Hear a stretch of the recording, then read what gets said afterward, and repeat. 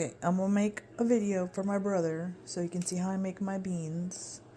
First, we're gonna put in the bacon, which is, I just cut off the fattiest end of a package of bacon. And this is thick cut, so that's why there's only a few pieces, but same thing.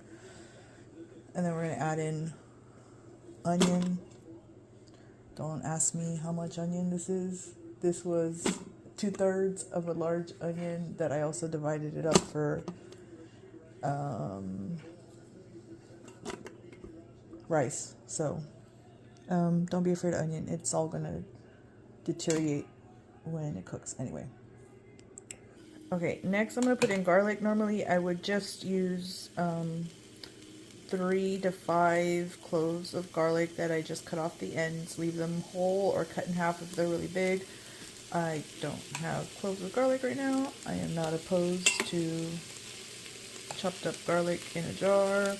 I like garlic, so that is a lady to your heart type of thing. Okay, so now that it's all in there, I'm just gonna let it saute.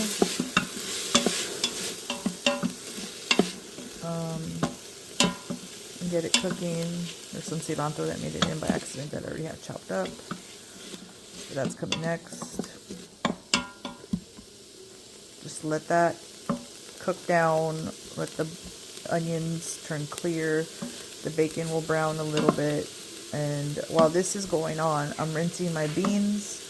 I am doing 4 cups of beans because I'm going to refry them later. I'm going to eat some charro and then eat some refried, so it'll make 2 meals. So anyway, rinse your beans, get them ready.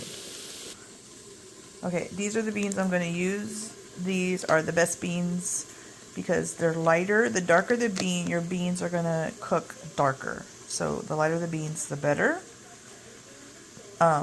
Casserole beans for the win. And they always have like less ones that float, less ones that are rotten.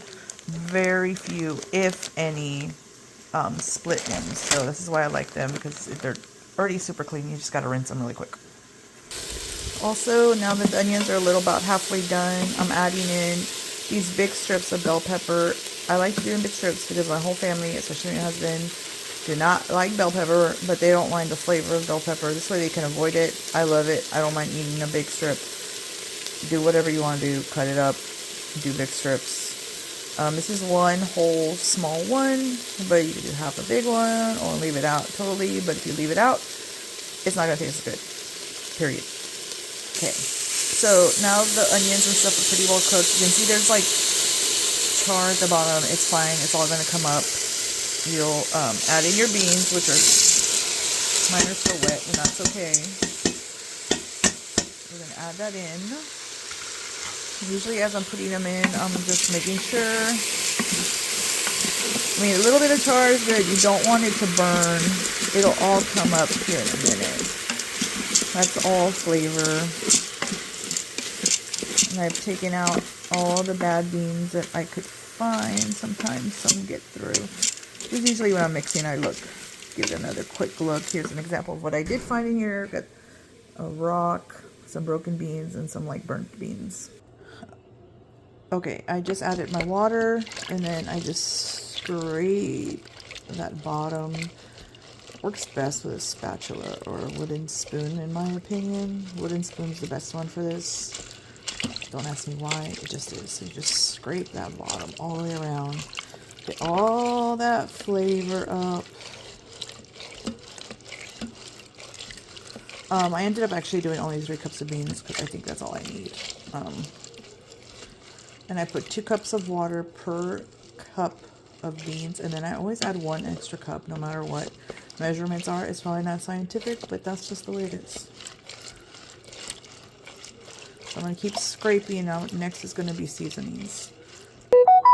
Okay, next is nor caldo de tomate. I'm glad they switched the recipe back.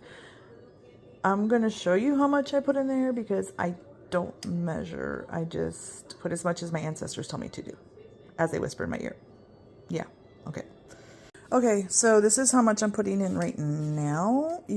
I always recommend putting less than what you think should be in there because you can always add more when it's done. But if it's too salty, you can repair that with a potato, but I'd rather add more later.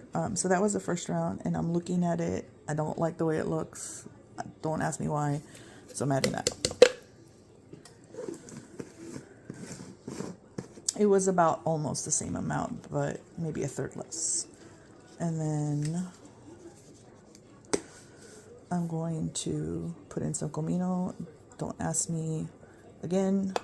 That's what I'm putting in. I like comino, some people don't. Okay, next is the cilantro. I'm gonna send you a reference picture, but this is how much cilantro I'm putting in. However, some people like the fresh taste of cilantro, some don't. So I'm gonna put about 3/4 of this in to cook with it. And then I'll save like about a little bit of it. The stems always have more flavor than the leaves. Sometimes people just put the stems to cook. Whatever. I'm just going to put it in.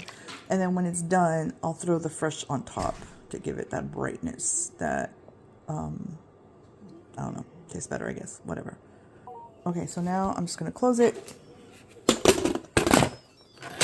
Set it, seal the valve. Set it. I'm going to turn off the saute. Or turn off. Go to manual. 65 minutes for this amount of beans is perfect. And let it cook. Then once it finishes cooking, I let them sit for their little bit of natural release. And then once the natural release has gone for maybe about 10 minutes, I'll release the rest, take them out. So, all right, that's it.